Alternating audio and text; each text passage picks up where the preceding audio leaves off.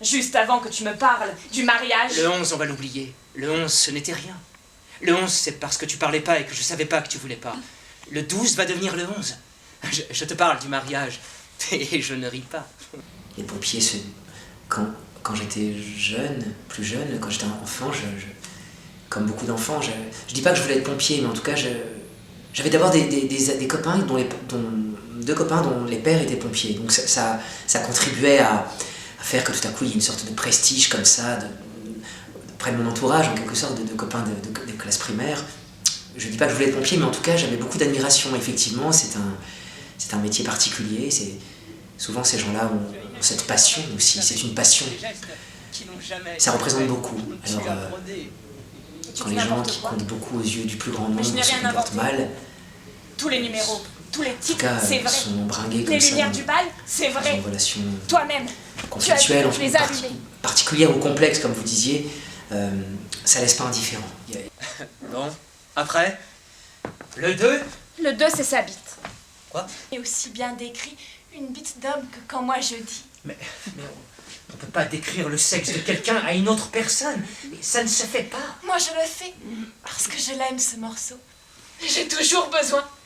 Il faut me serrer dans ses bras. Il faut me parler dans le cou. Il faut me caresser et dire je suis toujours. Mais c'était vraiment, je veux dire, une force, ça a été très enrichissant, très fort. Ça l'est encore, mais ça a été passionnant, parce que ça m'a fait beaucoup réfléchir sur le rapport, oui, à l'interprétation, vous parliez de finesse, de subtilité, à la maîtrise, à la retenue, et puis aux éclats comme ça qui peuvent tout à coup jaillir de quelque chose qui semble relativement constant, ou en tout cas ou plus maîtrisé, ou plus naturaliste, ou plus simple, ou plus immédiat, parce que c'est un rôle là aussi particulier, parce qu'on est dans l'écriture totalement contemporaine, et à plus forte raison, c'est pas quelqu'un au hasard. Balthazar, c'est un pompier, ça veut dire qu'on peut identifier là le texte que je dis à comment dirais-je, pas à un genre, mais enfin à une profession, à l'image qu'on a, voilà, de ces gens qui se battent contre le feu. Donc il fallait être encore plus présent, j'allais dire, autour de ce texte-là. Il fallait bien écouter, les indications, essayer de réfléchir à comment interpréter, voilà, le plus justement possible cette chose-là, être dans une grande complicité avec Camille. Je veux encore. Tu en auras autant que tu veux si tu t'arrêtes au 5. Alors, tu es d'accord? C'est vrai que tout d'abord, c'est aussi grâce à la direction d'acteur de Serge, et puis aussi vraiment l'écriture de Jean-Benoît Patricot, qui est l'auteur, qui est extrêmement ciselée, pointue, il n'y a pas de fioriture, c'est vraiment une écriture que moi que j'appellerais à l'os, quoi, où il y a très peu de chair qui noirerait le propos, qui serait là pour faire joli.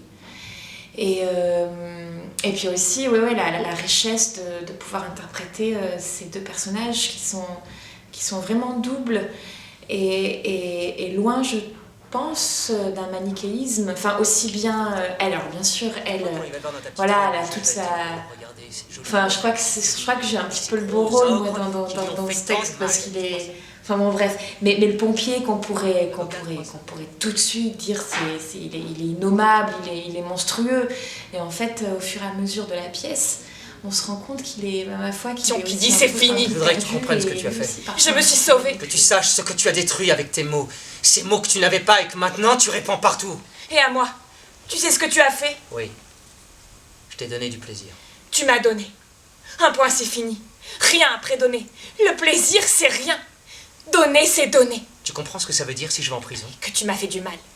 Que tu m'as utilisé comme un objet sexuel. Arrête avec ton objet sexuel! C'est l'histoire de deux êtres. Vous savez, c'est... Pour moi, elle c'est l'innocence. Elle a l'innocence de l'enfant. Elle est là, elle a envie d'aimer. Et c'est vrai elle a une structure où elle pense que tout ce qu'elle pourra vivre, tout ce qu'on lui dit est juste. Surtout quelqu'un qui a un uniforme.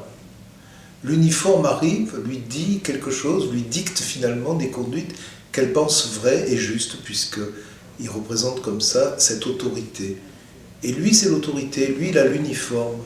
mais un uniforme qui finalement est tellement structuré qu'à l'intérieur, tout ce qui aurait pu sortir de son enfance a été comment dire, fermé, cloisonné dans un être qui doit sortir. Et donc c'est la rencontre comme ça de ces deux personnes qui fait que ça ne va pas fonctionner comme on imagine. On t'a dit ça? Quand tu sors de la prison, je te prends. Mais je pourrais venir maintenant. Tu demandes à parler au juge, tu lui dis que t'as un peu inventé, que tu regrettes, et que tu lui dis que c'était parce que je t'avais pas dit je t'aime avec des mots. L'image du pompier, elle est dure à porter quand même. Ce qu'on dit, c'est vrai que les pompiers, c'est magnifique, mais c'est dur à porter de devenir un héros pour tous, de devenir le centre du regard de tous. Donc sa réalité, c'était pas ça, ses besoins profonds n'étaient pas cela. Cette histoire-là, elle n'est pas inspirée d'un fait divers avignonnais, mais sur Avignon, il y a eu aussi ce genre de problème dans la caserne, l'ancienne caserne des pompiers. Donc on voit bien que c'est une histoire qui se renouvelle, et donc il y a presque un besoin thérapeutique d'en parler. La pièce, elle est nécessaire.